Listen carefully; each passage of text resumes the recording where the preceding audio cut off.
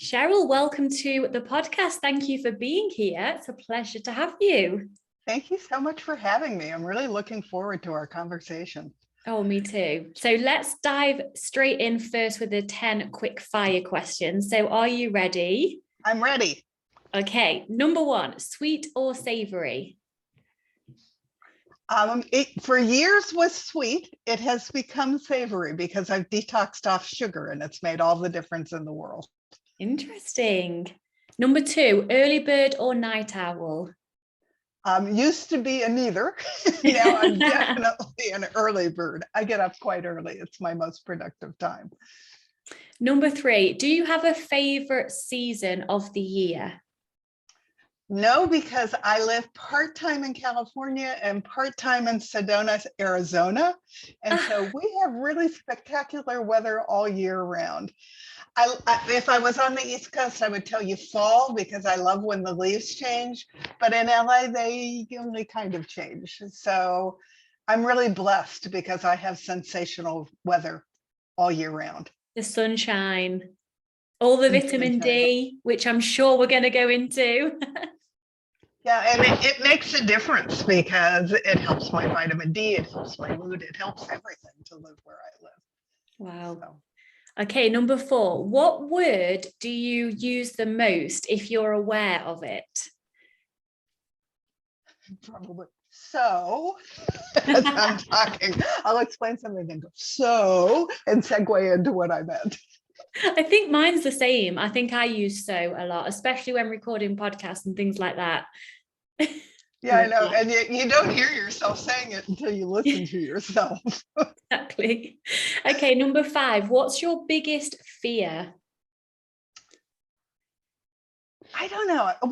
I'm 73 now. And one of the great things about growing older is that I have ditched most of my fear.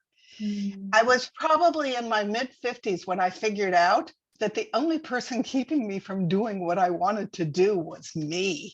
And that why the heck was I so afraid of things? I was just going to go jump off the cliff. I always had partners in business, but I always did all the work. And in my 50s, finally, I jumped off the cliff by myself. And it was so much fun to be able to run my business completely the way I wanted to and to take care of my employees and my customers in the way that I felt was necessary. So there isn't very much fear left in me. I'm kind of a feel the fear and do it anyway person now. Oh, I love that. And thank you for being so authentic with sharing, because hopefully I'm almost 35 and I would like to say I face my fears, but sometimes fear keeps me small. So if I just keep going, keep doing the work, hopefully I'll be at your stage, at your age, where it doesn't really affect me anymore. Right. I read an old book by Wayne Dyer called The Erroneous Zones. And he talks about fear being one of those emotions that does absolutely nothing for us. So you have to ditch it along with some of the other things that hold us back, because you can make whatever difference you want to make for your life and for your world. And that takes you being fearless. Yes, absolutely. Oh, wow. That's already deep. Okay. Number six, what are you most proud of in your life? I come from retail originally, and they would tell you that if it's not something incredibly recent, then it doesn't count. But I'm proud of a lot of things since I got sick because it changed my entire world. The best thing that ever happened to me was getting autoimmune disease. Wow. Because it made me take control of my entire life. I couldn't get out of bed. I had no choice. I had my own business. I was taking care of everybody but me. I had to take care of me. And allopathic medicine told me it was all in my head, and I knew it wasn't. So I literally dug in, fell into the functional community, which was a blessing, listened to 19 symposiums with at least 20 doctors on each one, talking about how they became functional because they got sick and couldn't help themselves, and started making notes and researching. And 5 years later, I had gone from not being able to function at all, being completely out of balance, to having no pain. Wow. from changing my lifestyle, from changing my diet, from moving, from getting enough sleep, from building a healthy community. I was in a toxic relationship, which I got out of. And I actually went online and looked for someone to go on a get well journey with me and found my perfect partner who I married 6 years ago. So everything about my life is different than the day that I couldn't get out of bed. And that's the Wow. thing I'm most proud of. And now I'm proud that I'm sharing it. I'm writing classes, I'm doing podcasts, I've written 2 award-winning books. So, but that was the either do or die moment for me. I Wow. did not want a life of pain and pills. Gosh, I have so much to ask you around that, and I'm going to hold fire just 3 more questions, and I want you to go deep into your story. But thank you for sharing, and absolutely be proud of that, because I'm proud of you, and I don't even know you properly yet. Our souls Thank know you. each other, I'm sure already. Oh, yeah. Okay, number 7, dogs or cats? I love all animals. I have since I was born. I was born very allergic to them, but I would run all over the neighborhood after them. And we finally just got a dog. And since I became an adult, I have always had cats because I've traveled the world. I ended up designing jewelry for big box jewelers in the United States. So I spent a lot of time out of the US. And so cats were easier to take care of for Yes. friends. And I now have 2 beautiful little red hair twins that are 2 years old, that are Oriental short hairs, called Snap and Crackle. And Oh, they those are names really, are and my husband incredible. jokes that he's Pop. So Yeah, that is a good point. Snap, crackle, and pop. You need 3, right. And the really. rescue people named them Snap and Crackle. So John is now Pop. Oh, that's so cute. Okay, number 8. What's your favorite food? Um, I have really gotten into enjoying all of the colors of the rainbow in whole foods. And when you start eating them and you get away from all of the, I call it crap, carbonated, refined, artificial, and processed food, you get back taste buds that start to really enjoy real food. And I'm lucky because I live in California. So our farmers markets, we're the food basket of the United States. We grow all the food here. So I get food that was picked the night before when I go to the farmers market. So Wow. I'm studying right now, how long do those phytonutrients last in food that we need to feed our body so that we build a stronger immune system and we stay in total balance all the time. So and I cook. I make probably 90 to 95% of what we eat here because I want to control what goes in my body now because it makes a difference. Yeah, absolutely. Okay, and I think I know what you're going to say for this one, but I want to ask it anyway, because of course I want you to say what I think you're going to say. Number 9, what book do you recommend that everyone should read? Well, I would really love it to be my book, but I have a second book. My book is my journey, my first book, my journey of how I woke up sick and how I came to understand what I needed to do, and then how I implemented it, where I researched what I found. I eliminated hundreds of toxins from my life, and I completely changed how I ate. So my book is a great blueprint for anybody who wants to come back into balance. But one of the books I found along my way was written by an Aussie, and it's called Accidentally Overweight. And it's an incredible book. If I think about it for a minute, her name will pop to me because she goes organ system by, she's a biochemist. She goes organ system by organ system, tells you how it's supposed to work, and when it's out of balance, why it doesn't work, and then what to do about it, and then segues to the next organ system.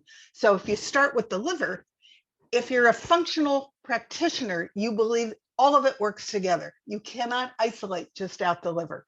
So she'll explain the liver, what you have to do about it, and then she'll immediately go to the pancreas and how those puzzle pieces fit together until you go through the whole body. And if your body isn't functioning optimally, you can't possibly come back to a natural weight. I lost 65 pounds by eating real food and putting the other pillars of health into place without dieting, just by changing my lifestyle and coming back into balance. And she was my big influencer for that. Dr. Libby Weaver. I think she married somebody in New Zealand. So I think she's living currently in New Zealand, but she's an Aussie. Wow. Okay. I'll ask you to send me these so then I can link them with all of your links below. That's great. Thank you. And the last quick fire question. What would you like people to take away from this podcast? I know we're just at the beginning, but I think it's a great question to ask at the beginning so they know what's to come. I wasn't paying any attention to my health. And we have so much more power over what our body does than we give ourselves credit for. So my big takeaway is own your health. Do everything you can do that's in your power that you need no one's permission to do. And you'll be shocked. Set your goal. How do you want to feel a year from now? Because the decisions you make today will make a huge difference in where you're going. So decide where you're going and then put together a plan, because if you don't change, nothing changes and you control it. And it doesn't mean you don't see the doctor. It doesn't mean that he doesn't do his thing and isolate your body systems to make sure they're working correctly. But while you're doing that, start to implement eating all the right foods and moving every day and getting 7.5 hours of sleep every night and creating a community that supports you. All of those things dramatically impact your balance. And I've come to the conclusion that health is balance.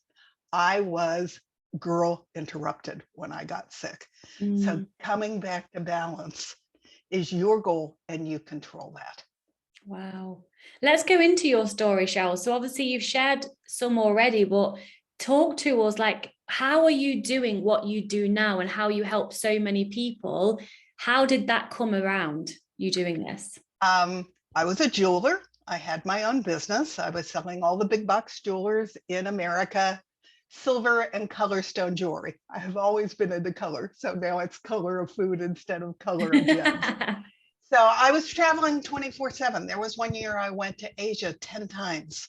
Whoa. And I'm on the West Coast. Most of the big customers are on the East Coast. So it wasn't unusual for me to get up at 2 o'clock in the morning, catch a flight, go somewhere, and sometimes even come back the same day so that I could start to implement what I had put together with my customers.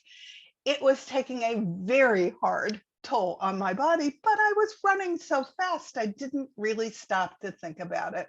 And I literally was feeling lousier and lousier all the time without stopping to think about what's making me feel this terrible that's going to eventually interrupt my life. And then I woke up one morning. I have a joke that the angels will poke me in the shoulder, and if I don't get it, they'll give me the NCIS slap on the face.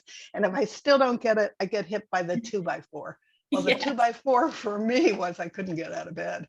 Every muscle and every joint in my body hurt. And I thought, okay, so maybe I had the flu. But a week later, it was the same thing. I literally could not get up and I could not function. So I went to the doctor. And she ran tests 4 different times and came back to me and said, you know what? There's absolutely nothing wrong with you. And I said, really? That's absolutely ludicrous. And she said, well, you say you hurt, so I'm going to give you steroids. But in reality, what I want you to do is seek mental therapy. And I said, you want to know what? I'm going to research and I'm going to find out what's going wrong with my body, because that cannot possibly be true. And so I dug in. And as I shared before we started, I fell into the functional community that at the time was running 19 different symposiums where all of the doctors who went to major medical schools couldn't help themselves or someone they loved with the medicine that they learned in medical school. And I started making notes. What was leaky gut? What was toxic load? And then I started researching those things. And flash forward 5 years later, I had eliminated hundreds of toxins in my life. I had completely changed how I ate, how I moved. I was in a toxic relationship that wasn't abusive, but he never really saw me for who I was. And he did not want to change his lifestyle, and heaven forbid that I should dictate to him. So I even took a relationship class, got online on the old fogey website for dating and advertised for somebody who wanted to go on a get well journey with me. And the man who answered in 3 days and lived 10 minutes away from me here in LA. And he had just lost his wife of 43 years to cancer. And he had made a list of everything I asked for on my non-negotiable list. And he said, if you give me a chance, I'm probably the nicest guy you'll ever meet. But I'll tell you in all honesty, I've been the caretaker for my wife for the last 5 years, so I've gained a lot of weight. So I would love to go on a get well journey with you. Well, he is the nicest man I ever met. He's a statistician. He produces my podcasts. He edited my books. He is my partner in everything I do. And his number one goal is to make me happy. Never had that before. So you got to get rid of all the toxicity, no matter what form it's in. And then you have to own your own health. In the end, 5 years down the road, I found my own functional doctor. And she didn't run one test that my allopathic doctor ran. And as an example, my allopathic doctor ran my thyroid from here to here. She ran from here down to my adrenals. That's where I was broken. So everything that she looked at, we were like on a treasure hunt. But although she went to Yale Medical School, her first solution is always holistic. So I knew she was my girl. I drive an hour to see her. She is worth her weight in gold. And together, I no longer have any pain at all. She can't get over how much energy I have. I feel better at 73 than I did in my 50s. I love your energy. Like, I have good energy, and I know I have high vibe energy. And of course, I attract high vibe people to me, and you and I attracted each other to each other. And I love how energetic you are. And it's not about age, but I think some people get older, and because they in their mind think they're old, their body then responds to their thinking of old and therefore manifests as old. And I'm a boomer, and boomers seem to think that there's a magic pill. And guess what? The magic pill does not exist. No. Pharmaceuticals can mitigate symptoms, and we all need them. And there's no reason not to talk to your doctor, but make it a partnership. But a pill will not cure you. No, you can do things that can cure you. It just like covers the symptoms. Right. It mitigates the symptoms. That's all it does. So when you go on a pill, you need to research what's that pill going to do to you. And then you need to have the conversation. I'm going to take this pill, but what do I need to do to get back off of it? Yeah. And that's how your focus has to stay on yourself. What you talk a lot about the gut brain connection. Can you go into that? Like, for those of us that don't know what that means, like, what is it and how can we use that knowledge in our lives to benefit our health? And it's a growing area. So I'm going to start with where I was and what they're discovering about it now, because there's going to be a lot of discoveries in the next 10 years about the gut. The gut is the seat of your health. How goes the gut is how your health goes. And there's something called leaky gut. If you have tremendous stress, if you're eating tons of sugar, if you're eating things that have been sprayed with pesticides and herbicides, all those things stop you from properly digesting your food. And your gut is only one cell thick, your gut wall. That one sort of threw me for a loop. So if food is the wrong size, it starts pushing up against the wall of your gut, and it will eventually rip a little hole in it, which is why it's called leaky gut. Then when that food particle goes into your blood, your body does what it's supposed to do. It screams foreigner, and it starts to attack it.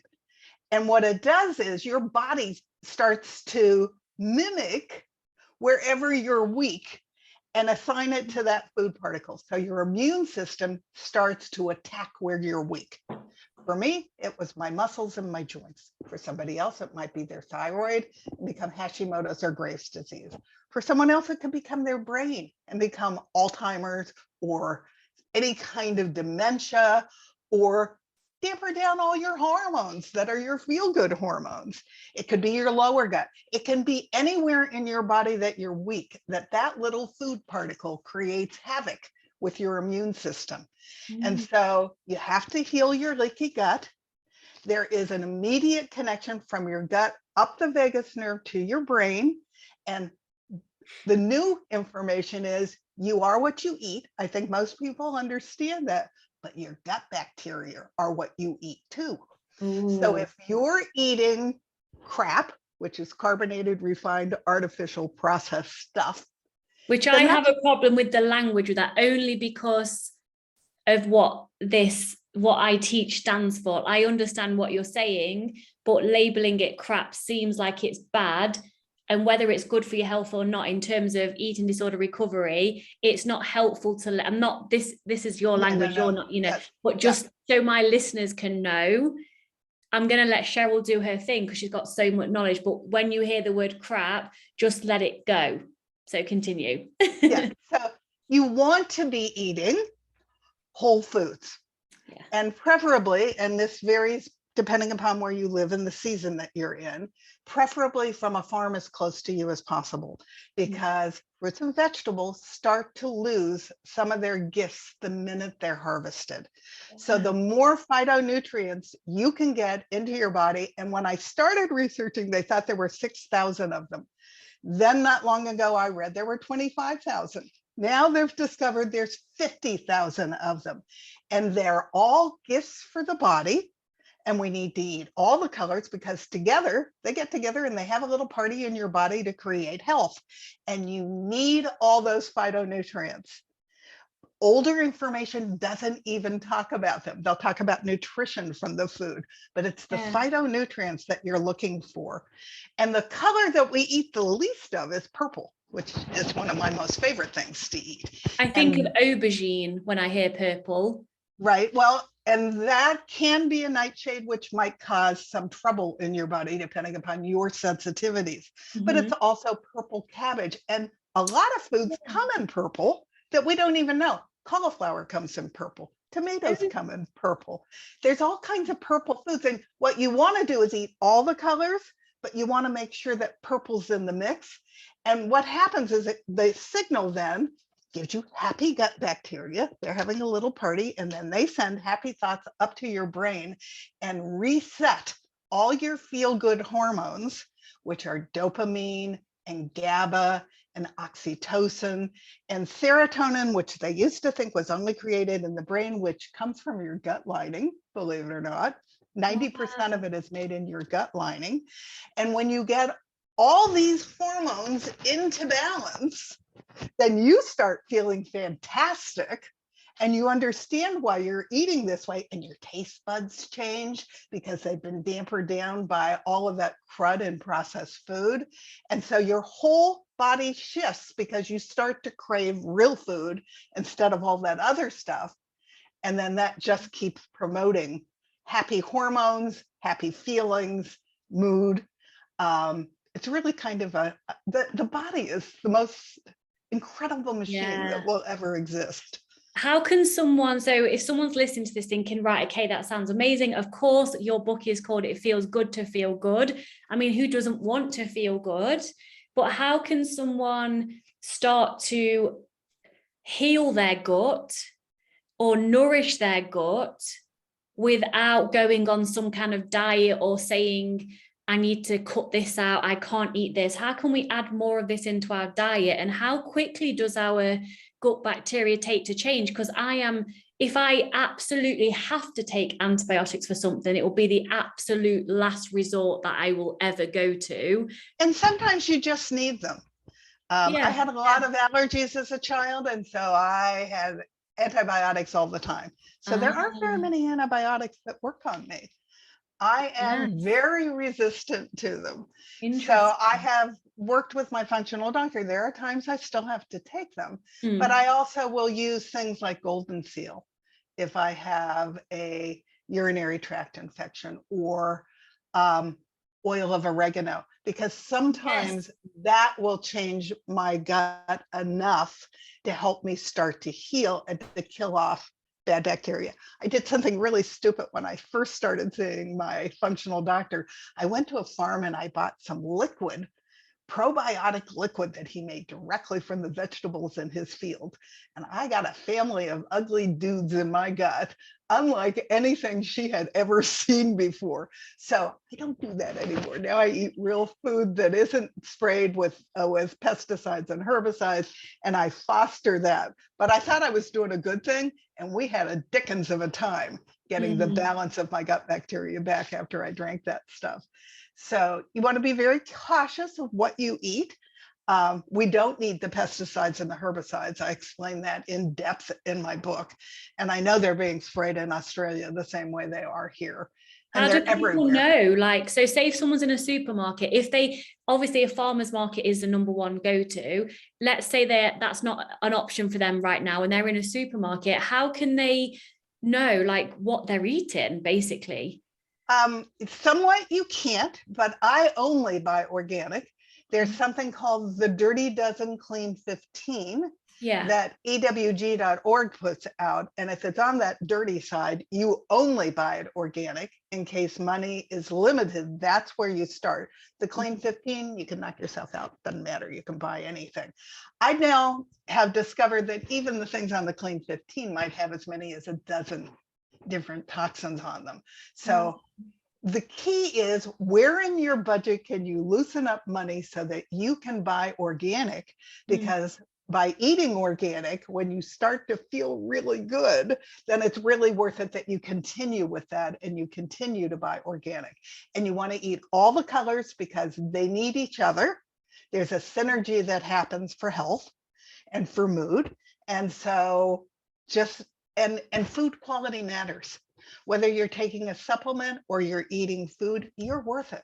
So I was going to say that I'm so glad you've said that, because I'm feeling into the resistance of maybe some listeners, because this was the old me. I would say things like, oh, well, you know, it's too expensive, blah, blah, blah. But actually for the small difference that it could be, I'm worth that because I care about my body and my health. And so I'm going to choose organic wherever possible. I'm going to choose to cook from scratch wherever possible, as long as I'm enjoying my food. Because what I ask myself when I eat, Cheryl, from healing from all these eating disorders is it nourishing and is it pleasurable? I don't eat something that isn't pleasurable to me, because that's a big deal for me. It needs to be pleasurable. I love vegetables. I just don't like steamed vegetables by themselves. So I'll have them like in stuff, like with a tomato base or something. Or roast them. Roasted with honey and olive oil. Yeah, or with garlic and onion organic powder on them. And I use ghee because I'm dairy sensitive and the ghee has all the solids taken out of it. The ghee, but yeah. I toss them in ghee and then I either make them sweet or savory. I might add cinnamon to them, or I might add a little honey to them, or I add garlic and onion powder to them. And then you roast them, and that brings out a whole depth of flavor that is never going to happen when you steam a vegetable. Yeah. And it takes moments. It's not that hard. We are into the chemicals that are in processed food, and we're into the convenience of processed food. But by cooking and finding pleasurable ways to do it so that it tastes good, it's a whole new thing. And you'll start to crave real food. That's the amazing thing. If I don't eat salads for several nights, my body starts to go, hey, feed me the good stuff. I don't want to eat that stuff anymore. It talks to me. I have a conversation every morning in the mirror. Good morning, body. How do you feel today? Oh, I love that. And if I'm not feeling optimal, I'm like a little computer that goes through, what did I do yesterday that is making me have brain fog or making me be a little depressed today? I go through and then I adjust immediately with all the good foods that will make the difference to bring me back to maximum. Oh, I love that. And if an alien was to come down from space and to say to you, Cheryl, what does holistic health mean? Because obviously food is a huge part of health, but it's not only there's lots of pillars. It's even laughter. It's that simple. If you are not feeling right, go look at yourself in the mirror and start to laugh. It is literally impossible not to feel your mood lift because you're being silly. Make faces at yourself and laugh. That will make a huge difference in how you feel right in that moment in time. It's how you move. We have to move. If we're just sitting in front of our computer all the time, that's not going to work. It's not, and it's who you surround yourself. Do you know what the Blue Zone Project is? No. It's a National Geographic project where Dave Buettner went to 5 areas in the world where people live the longest. And he came up with 20 things that are in common for all 5 zones. They're called the Blue Zones. He has now spread that out to 19 more areas, 2 of which are in the United States. One's in Manhattan Beach, California, and one's in Minneapolis, where the whole city actually made it easier to move around in really terrible weather so that the community could do the whole program. But he's concluded that the number one most important thing for health is community. Yes. Oh, We are that's such 3 a deep degrees. one. We're 3 degrees of separation from everybody who influences us and who we influence. So you need to start to build the community that supports you in the health that you want to have. Yes. I just listened to Les Brown on a podcast talking about if you go walk with a friend and they're a power walker, you walk harder.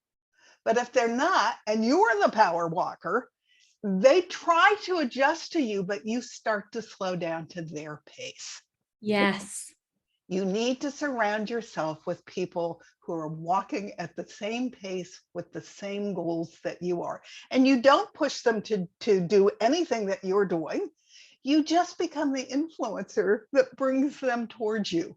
Yeah, it's because it's mirror neurons, isn't it? Like obviously when we've heard all the personal development books say you are an average of the 5 people you spend the most time with, that's not only true because of the habits and behaviors that they do that have an influence on you.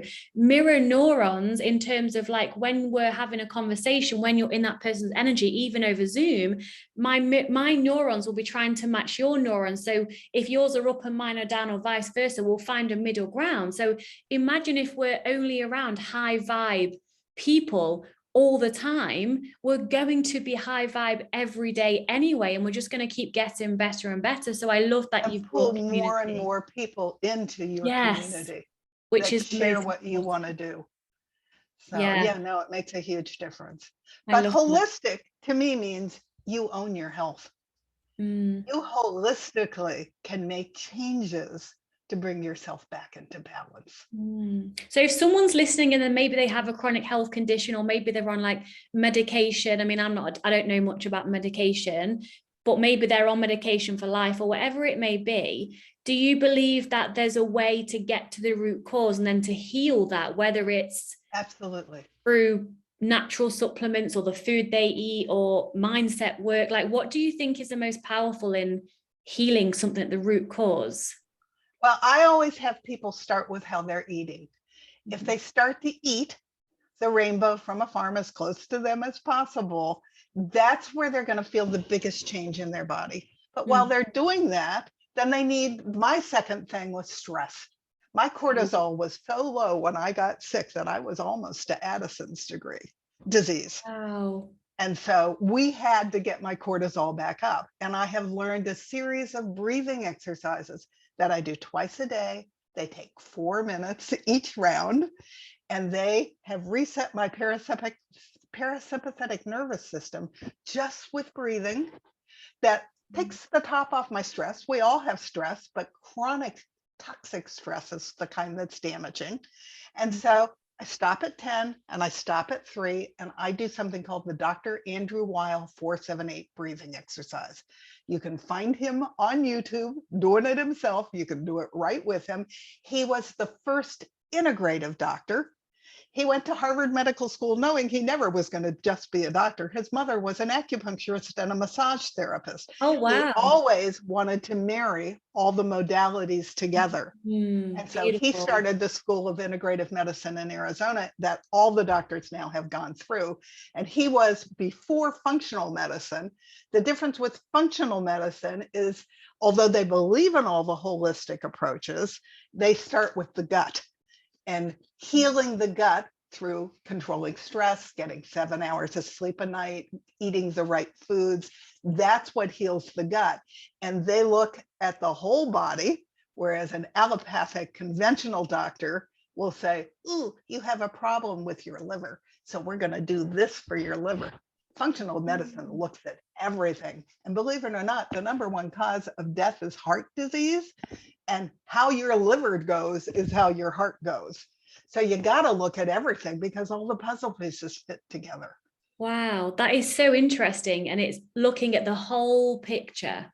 Knowing, I have a question around, everyone's different, as I'm sure you well know, like everyone, like for example, my diet, I like to have a lot of carbs in there.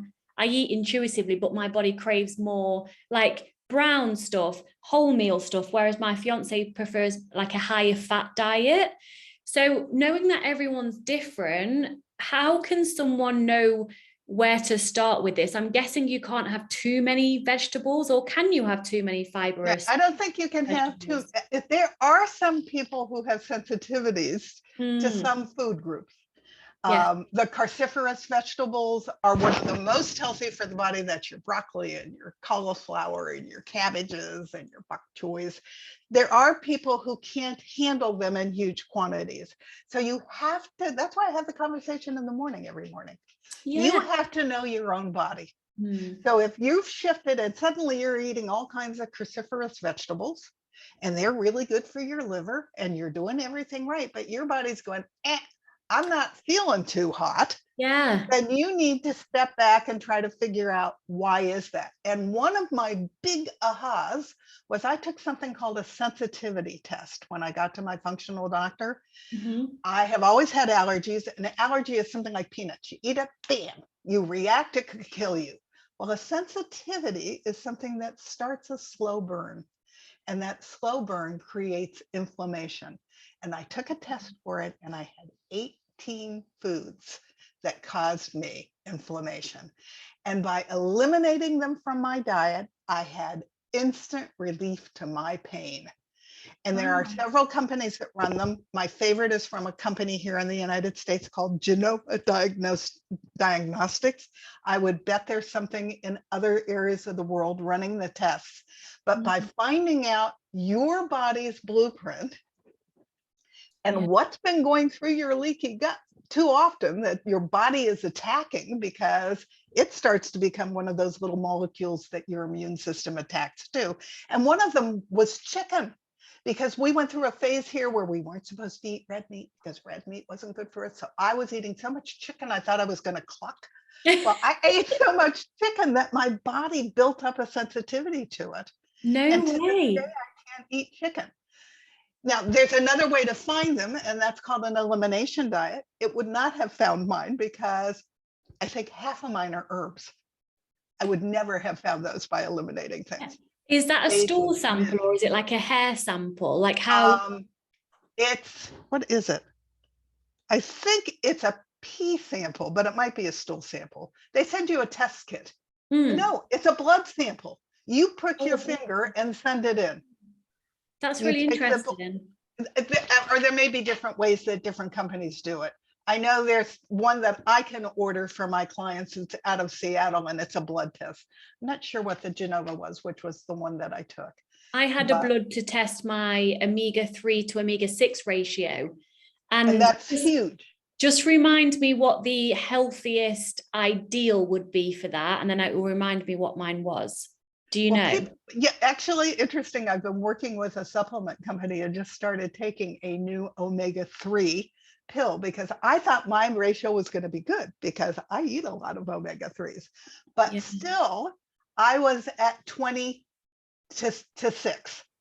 Wow. And what they want you to do is be fairly close together. And the average American, ideal 6 to 4 or something like that. 6 to 4, correct. I think and mine the average was American is like 50 to 6.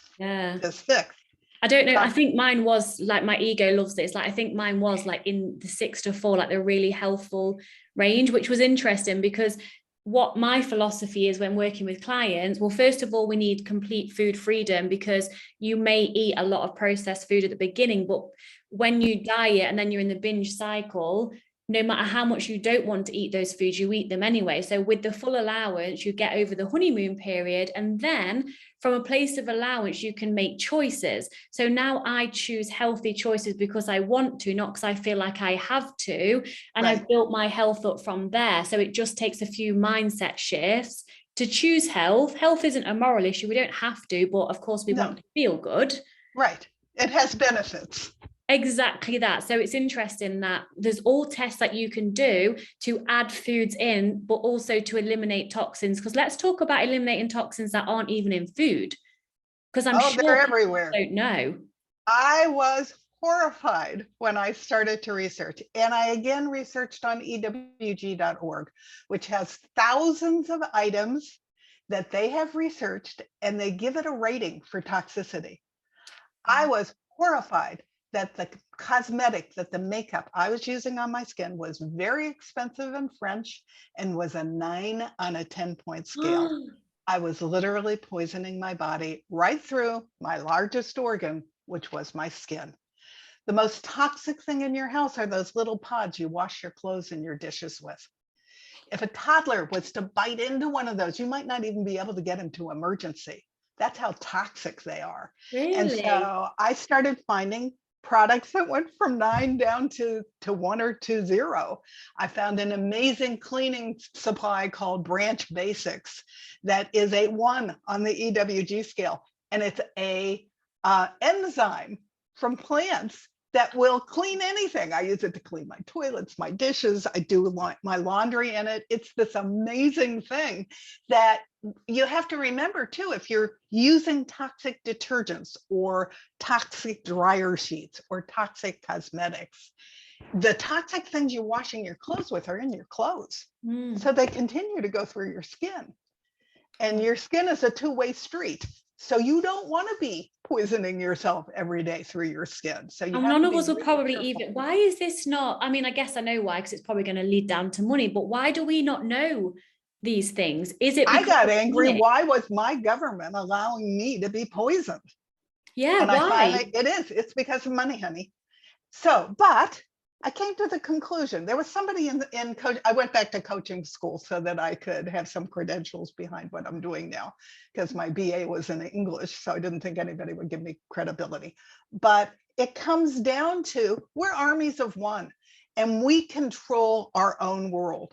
And if we can all join together as armies of one, the army begins to grow. I started doing this 10 years ago.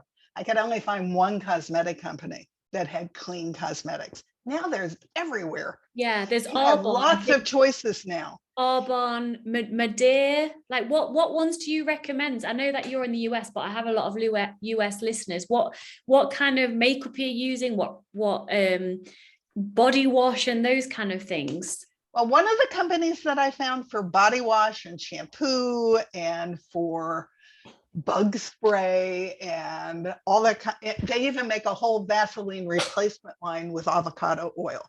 It's called Keys Pure. I have an itchy head for like 25 years. Ends up it was because of the chemicals in my shampoo.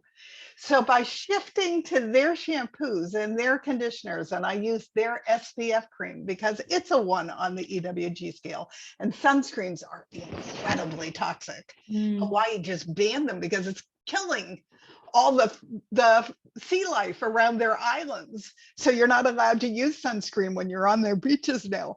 Yeah, we didn't know any of those things before. So Keys, she got skin cancer. And so everything bothered her. Her body became like a little toxic alarm. Her husband was a big muck in Silicon Valley, and they quit their jobs and have created this amazing line that even includes a whole product line for dogs, because they're crazy about their dogs. And so they have a skin line for their dogs and all these great things.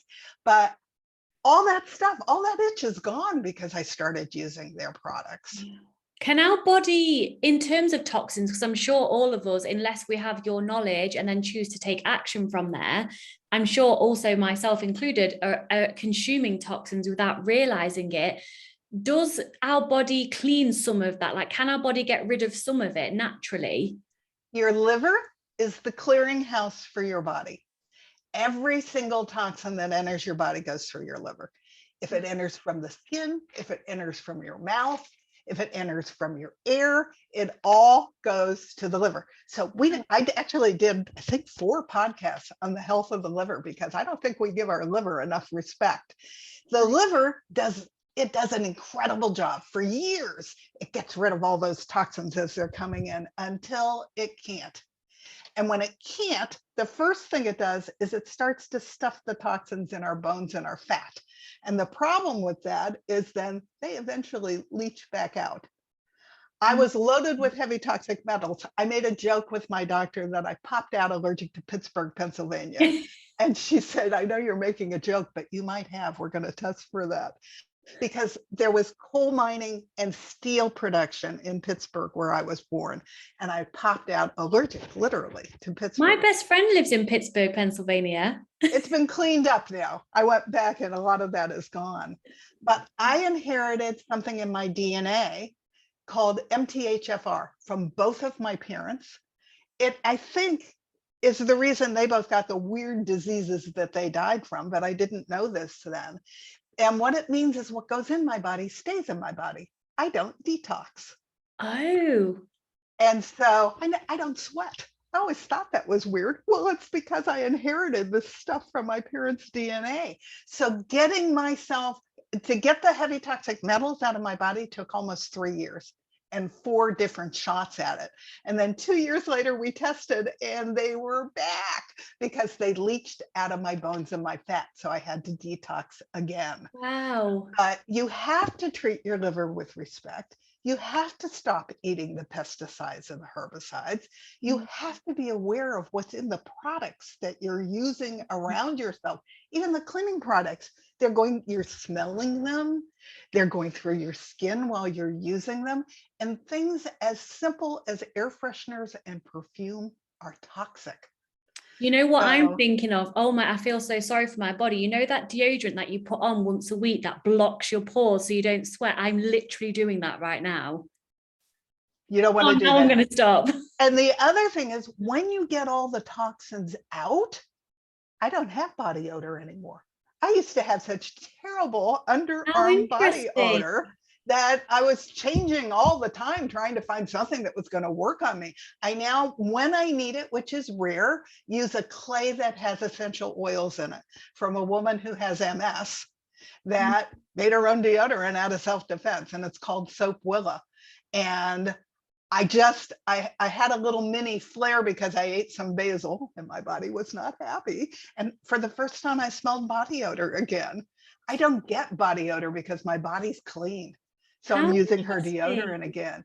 So if you're having an issue with that, as you start to clean up the toxins in your world and your body starts to get rid of them, you're going to see all kinds of, my hair quality is better, my body odor is better, my skin looks better. You're glowing. I mean, anyone who's listened to the podcast, go and check out the YouTube because Cheryl is just glowing, literally. And yeah, for 73, I don't look too bad. Oh, not at all. It's all in the fact that I have eliminated all these toxins.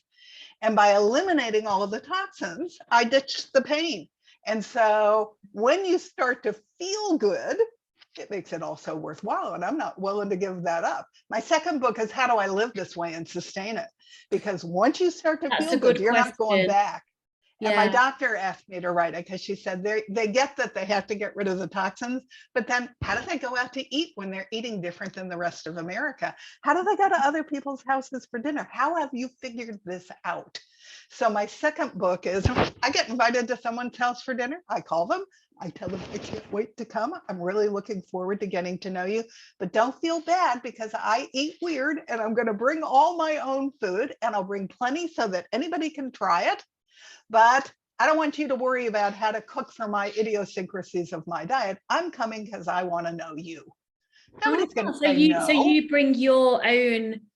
I love how you address that with like, you're looking forward to seeing them. It's nothing they've done wrong. You're not offending them, but you choose from your own. And you're sure they're a good cook, but you've learned to protect your body by cooking your own food so that you know what's in it. Yeah. And so, and I've learned to take enough of my own food in its own container because my dish gets eaten first because I'm still a foodie. I like to eat. And so everybody wants it. Nobody says, ooh, if this is healthy, I'm not going to eat it. They go, wow, this tastes great. And it's healthy.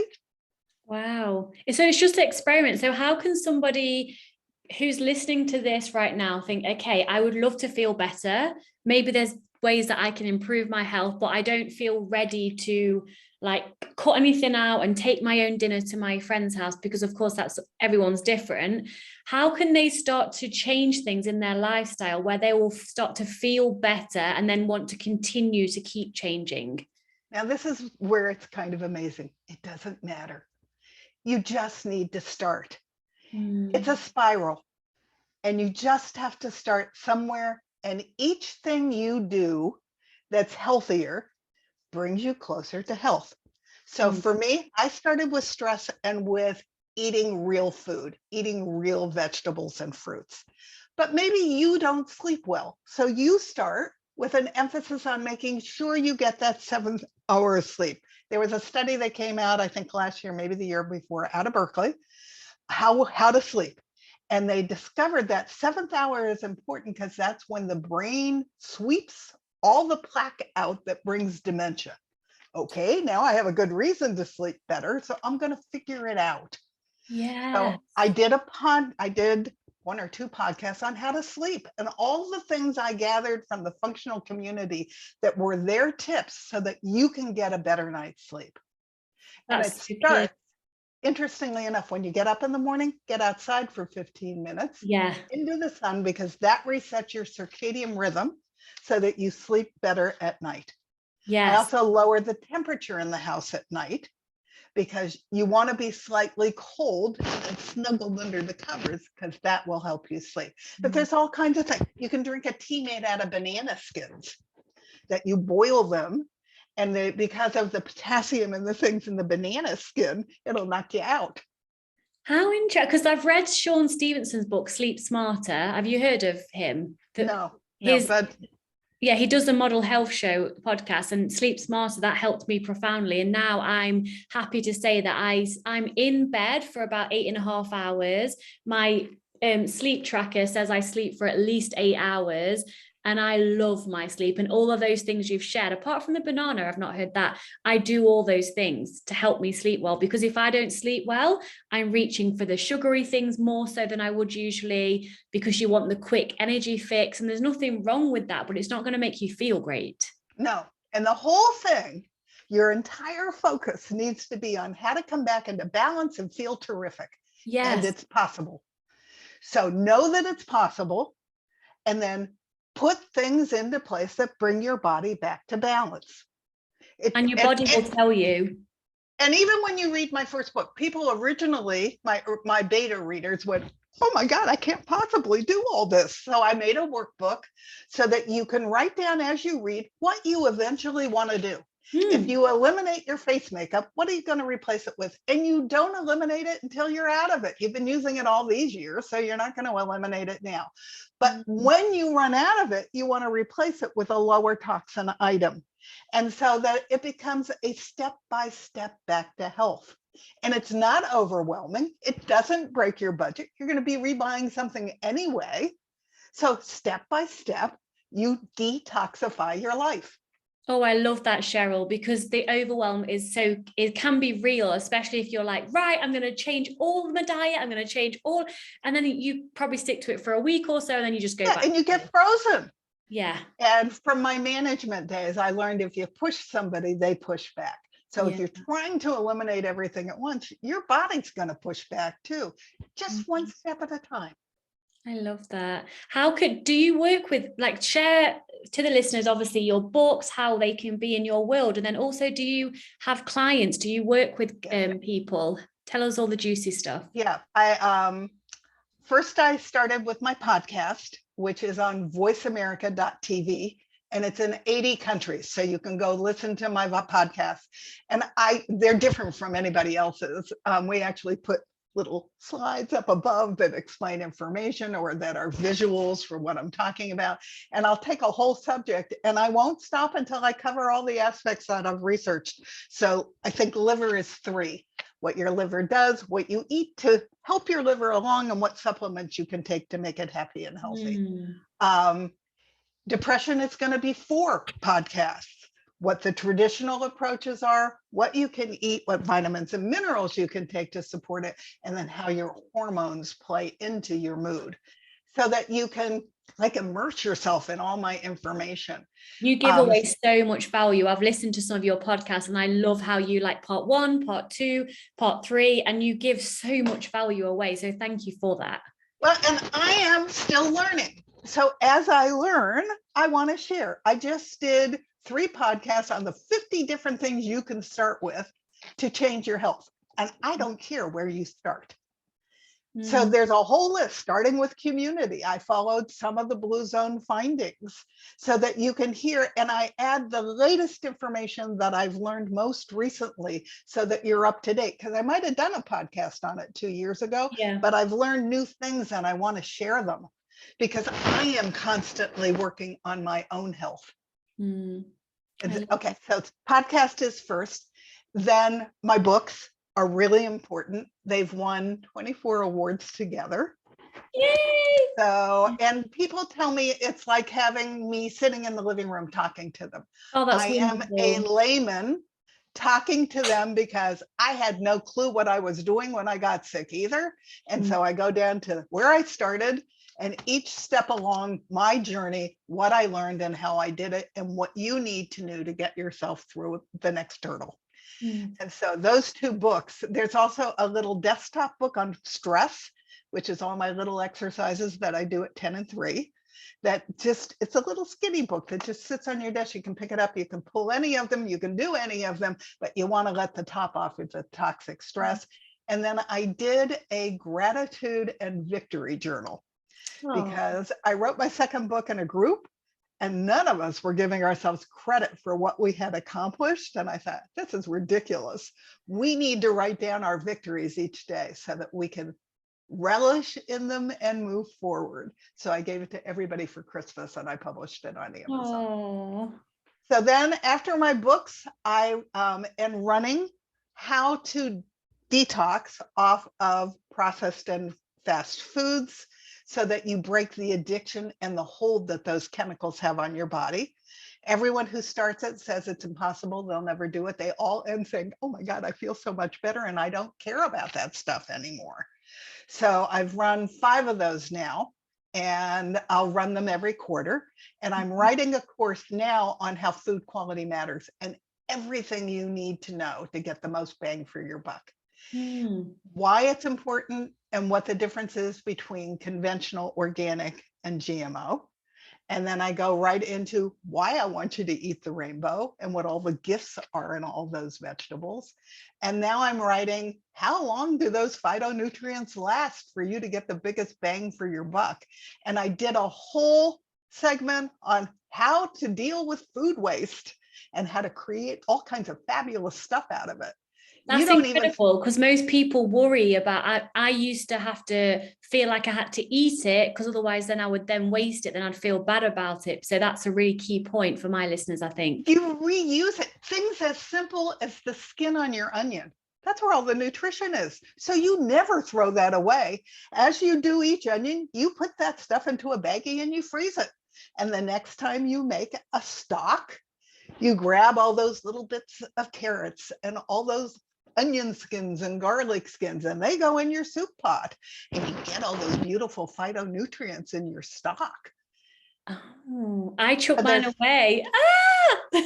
Yeah, I know. And I mean, I'm learning as I'm doing this and I'm having a ball doing the research because it's great fun. And even how to pick the best produce. Some things continue to ripen after they pick and some do not. Some get gassed.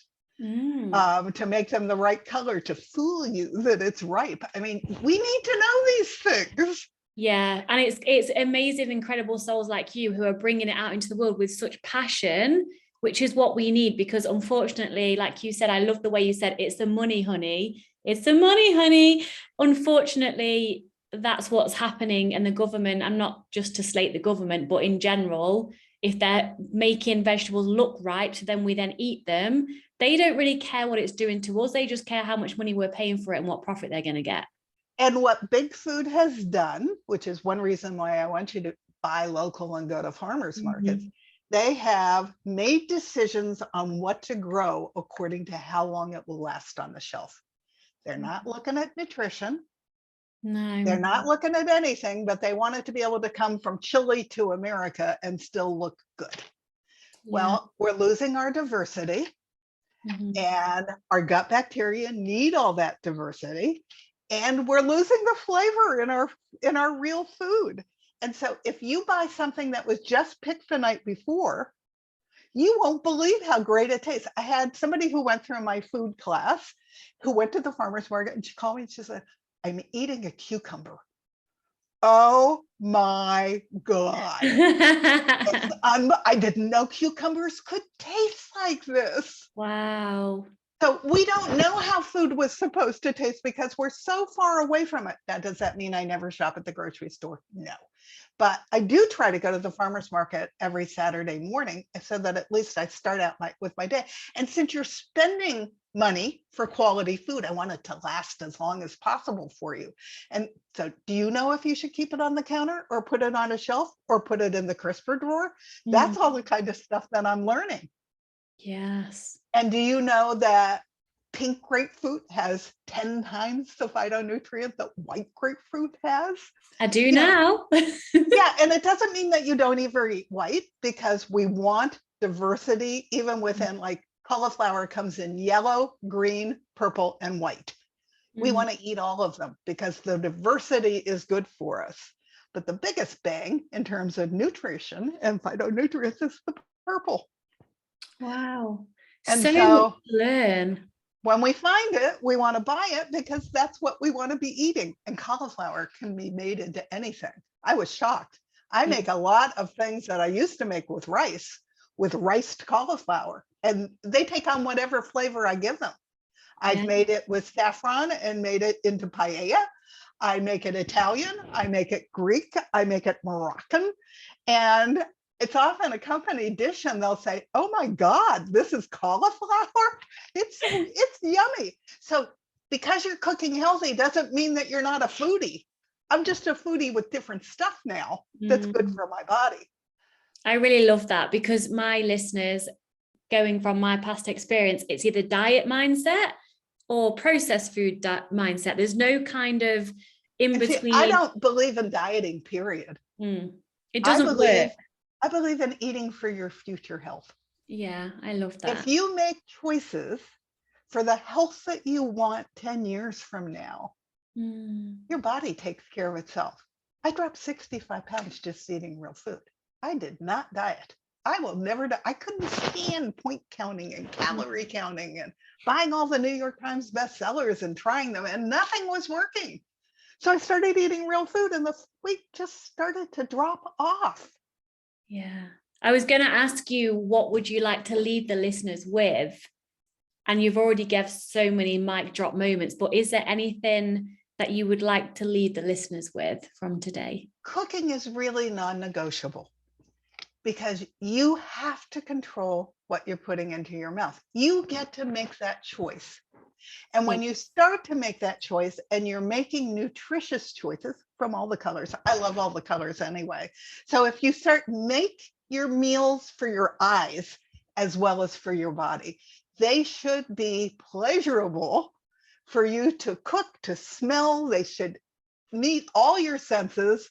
And if you start to cook and control how you're feeding your body for your future health, your entire world changes.